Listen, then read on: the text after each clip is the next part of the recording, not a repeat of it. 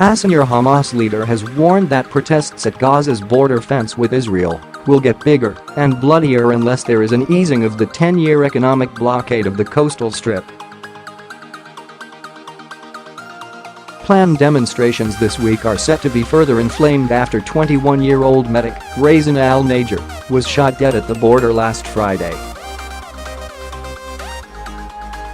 The United Nations has called the incident reprehensible. Clearly there is no end in sight to the protests, and the intensity of the confrontation along the Gaza-Israel border is not easing.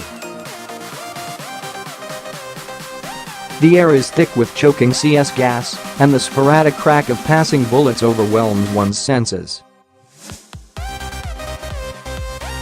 We filmed at one of the latest demonstrations against the economic blockade of Gaza by Israel and Egypt. Crowds ran towards waiting paramedics and ambulances meters from the front lines.It is chaotic as they carry the injured on stretchers or in their arms. Some are shot high on the body and are in terrible shape. Others, wincing in pain, are hit in the leg. Everyone knows that Israel will protect its border. Everyone knows they will use lethal force if they try to cross or threaten the lives of Israeli soldiers. Many here would contest that the soldiers keep to those rules, but regardless, the protesters still keep coming and thousands have been hurt, over 100 killed.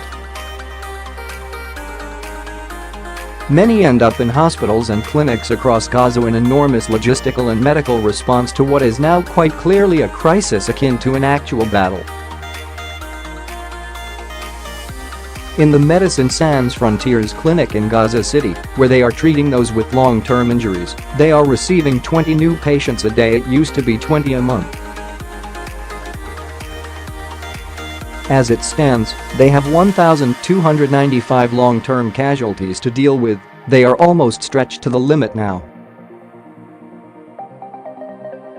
The reception area is full of young men, all on crutches or hoping to seats and beds, waiting to be seen by teams of doctors and nurses. The injuries we see are very difficult to treat and the risk of not healing is really very high, Elisabeth Gross, an MSF coordinator, told me. We have a generation of young men, 24 years old, who will not be able to walk properly, who will not be fully functional, and will have long-term consequences for the rest of their lives. It is very sad, she said. More demonstrations for this week have been fueled with anger by pictures of medics walking towards the Israeli border fence to retrieve an injured protester. They have their arms in the air and are wearing paramedic vests.As they walked. One of the group, Ms. Najar, was shot and fatally wounded.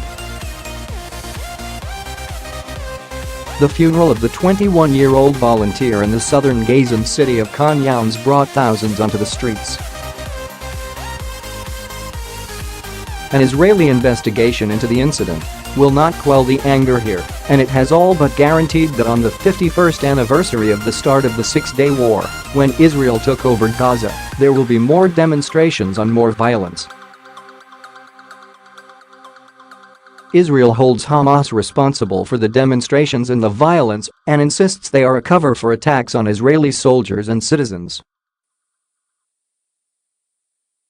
Hamas blames Israel and warns that if there is no relaxation of the economic blockade here, things will deteriorate even further. Amid tight security, I met top-ranking Hamas leader Mahmoud al-Zahir at his office in Gaza City. The best hope for a relaxation of the tensions here, he said, would be a relaxation of the economic blockade.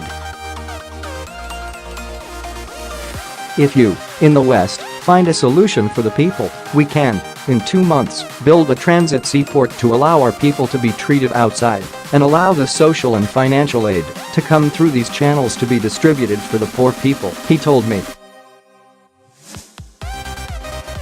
I think this will ease the state of confrontation on the border.But if that situation will continue, I think the next wave will be more bloody, he said. For most observing this crisis, it would seem that after 10 years some sort of negotiation about the economic blockade of Gaza and a discussion about the relations of the vast majority of the people here in Gaza with the state of Israel are needed. But there are no negotiations. So it goes on. And the violence will most likely get worse.